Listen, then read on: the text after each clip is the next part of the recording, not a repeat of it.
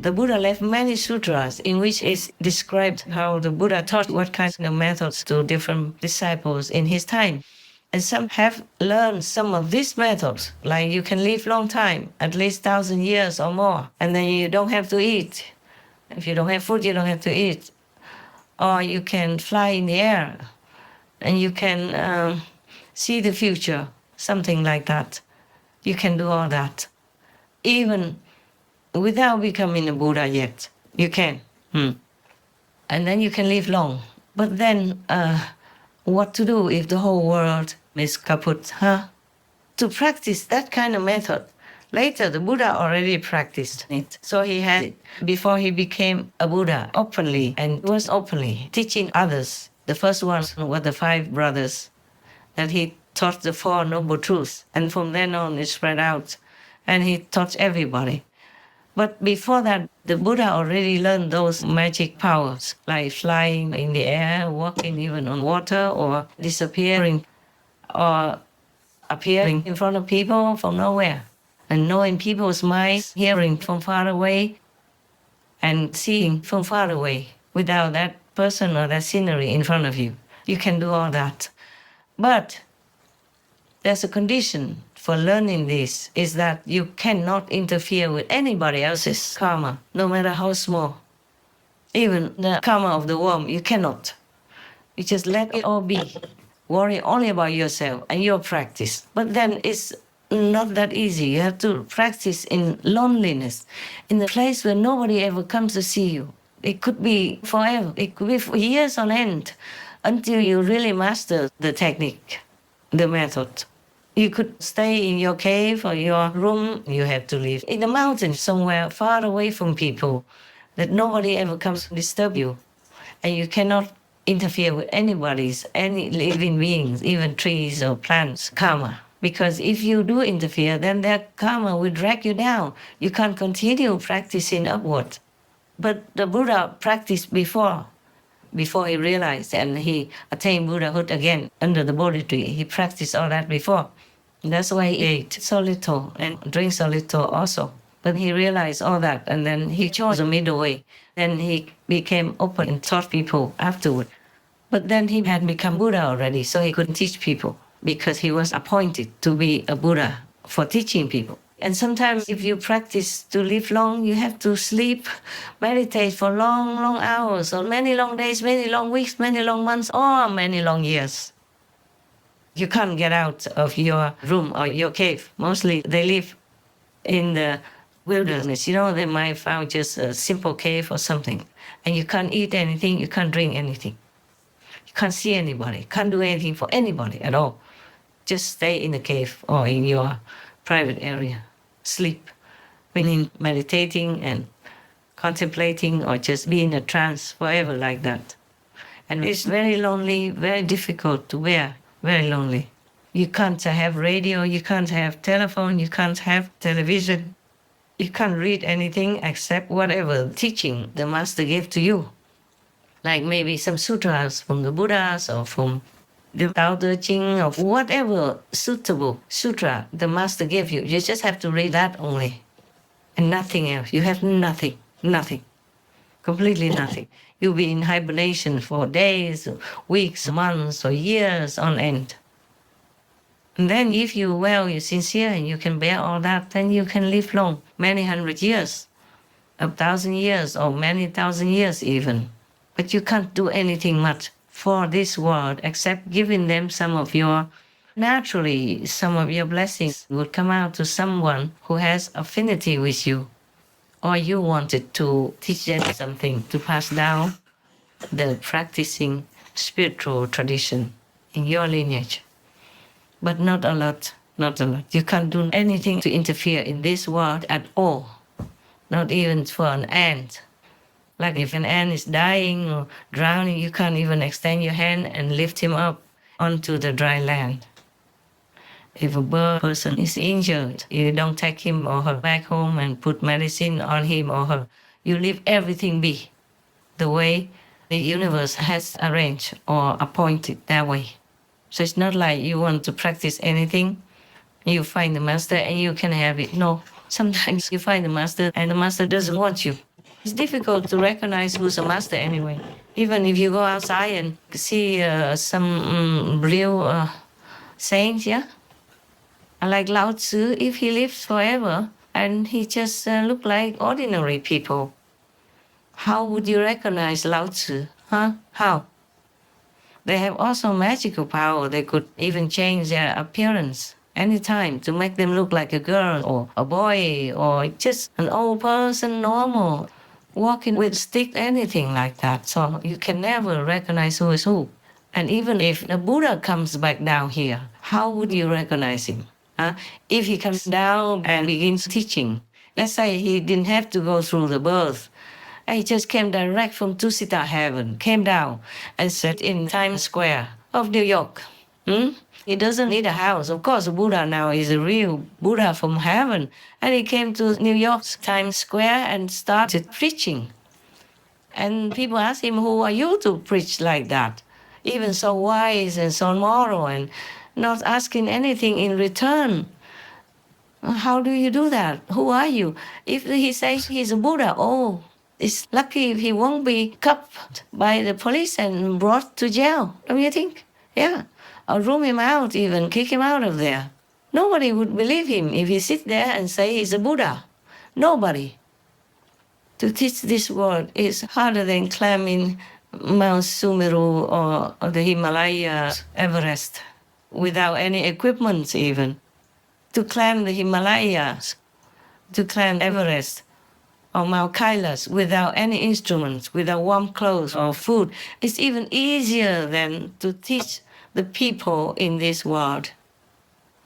Their karma so heavy, their ignorance so thick, it's difficult to penetrate through.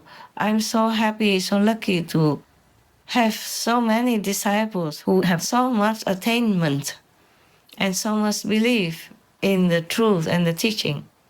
Truly embrace the Kuan Yin method and sincerely practice every day.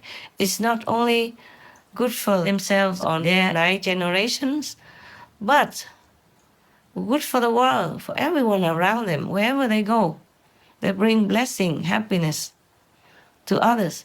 Even Supreme Master TV remote, they don't see us. They don't see me.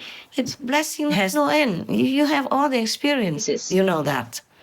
My disciples, of course. I'm not talking about outside people. Some outside people also see the Master. For example, my self manifestations went to their house and helping them in time of need or in time of accident, but rare.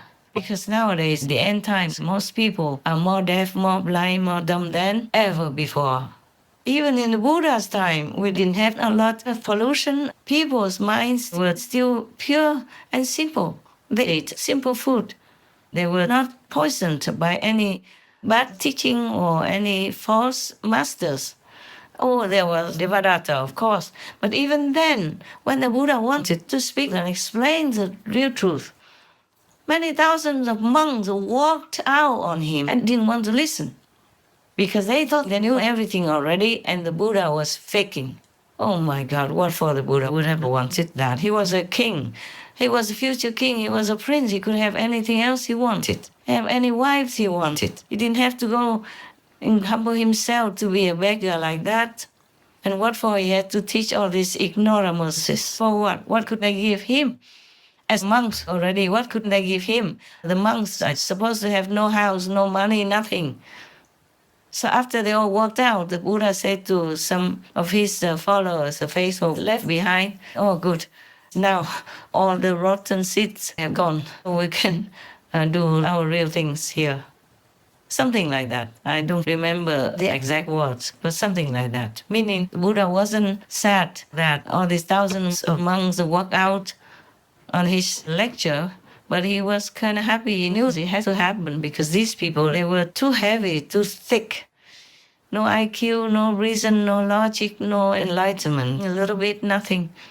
So the Buddha was happy that he didn't have to deal with them because those so low like that, below astral, below human level, it's very difficult to bring them up.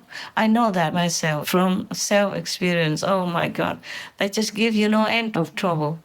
They could poison you, they could kill you by different means, even just giving you some fruit as offering. like from the dragon fruit plant with a lot of spikes on it. There are two kinds of dragon fruit plants. One doesn't have spikes, one has spikes all over, and even the fruit, when the fruit comes out, the spikes are all over on the fruit. And one of them even offered me, and he said he already peeled it off. But when I eat it, oh, so many thorns stuck in my tongue. I could not even speak. So painful. I wonder how I even escaped from that. I went to the doctor, but I wonder, at that time, I wonder how all the spice could be seen even, already buried inside my tongue. Oh, now even thinking about that, I thought, oh my God, how could that be? Many other things they do, they don't have to do it on purpose. It's just their low level being used by demons to harm you, especially the ones who really preach the truth unconditionally, lovingly, nothing expected in return. So slandering and gossiping, telling all wrong information about a master and me, for example, is nothing compared with many other things that you could die from right away by your own so-called disciples. Because they didn't come in there to have a real initiation or practice. They just came in for fun also, or curiosity, or take it for granted because it's so easy. They didn't have to go to the Himalayas, climb the mountain, and can slip down and die anytime to ask for the truth. They didn't have to go all over the world to keep looking for the best method for themselves or to help others. No, they didn't have to. They stay in their own comfortable house, aircon and all. And I come to their house or their city or town and then preach to them free of charge, free of any condition at all. So they think, oh, it's cheap, so easy. So only the false masters can live happily. The real masters suffer all the time for anything, anytime. Even if you have a non-profit organization already approved by the government, sometimes even the government or the president still accuses you of not paying tax, evading tax, something like that. Yeah, it happened. It happened, a real story, in my life also, for example, like that.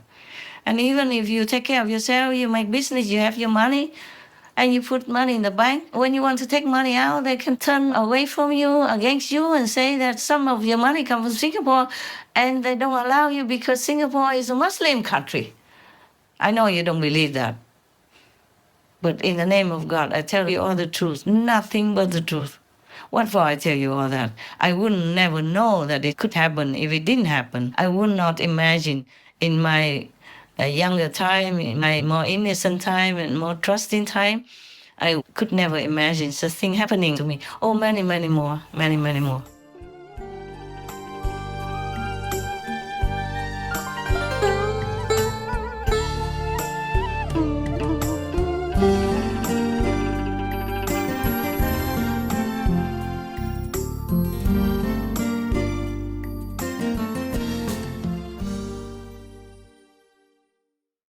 Supreme Master Ching Hai, vegan, is a world-renowned spiritual teacher, humanitarian, and artist. To learn more about her compassionate life and teachings, please visit suprememastertv.com/master.